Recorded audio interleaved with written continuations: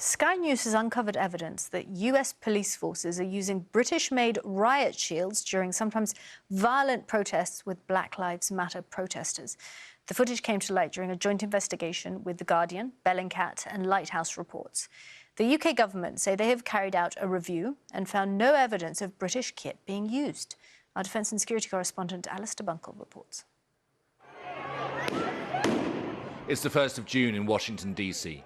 The Secret Service attempts to clear protesters off Lafayette Square during a standoff outside the White House.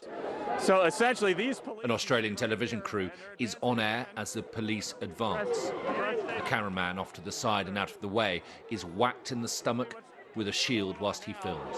If we rewind the clip and zoom in on the picture, we can see two identifying marks, a logo and distinctive bolts. This is a Scorpion shield made by a British company and sold to US police forces under a UK arms licence. Not long after this police action, Donald Trump walked through the square for a photo op outside St John's Church. Is that your Bible? Guarded by police carrying the shields.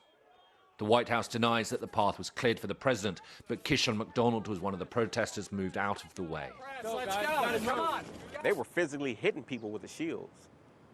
I mean, they was using them as a shield like a baton, sweeping left to right, going back from their bodies forward. The evening before, in Washington, a BBC cameraman was charged by police for no obvious reason. The BBC says he was clearly identified as a member of the media. Again, if we slow down the video, that Scorpion logo is clearly identifiable. In light of these protests, a legal challenge has been raised against the UK government and the ongoing export of British arms to US police forces. The British government rejected the challenge, saying that it has carried out a review and there is no evidence that equipment licensed by the United Kingdom was used during the protests. We asked the British government for an interview. They declined.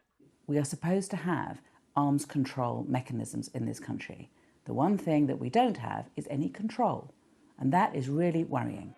The shields are exported as protective items, legally sold to a US distributor, but our research raised questions about how they are actually being used. There is no suggestion of wrongdoing by the company that manufactures the shields, and we made them aware of our research.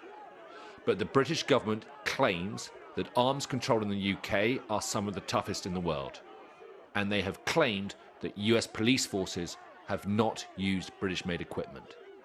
These findings cast doubt on that. Alistair Bunkle, Sky News.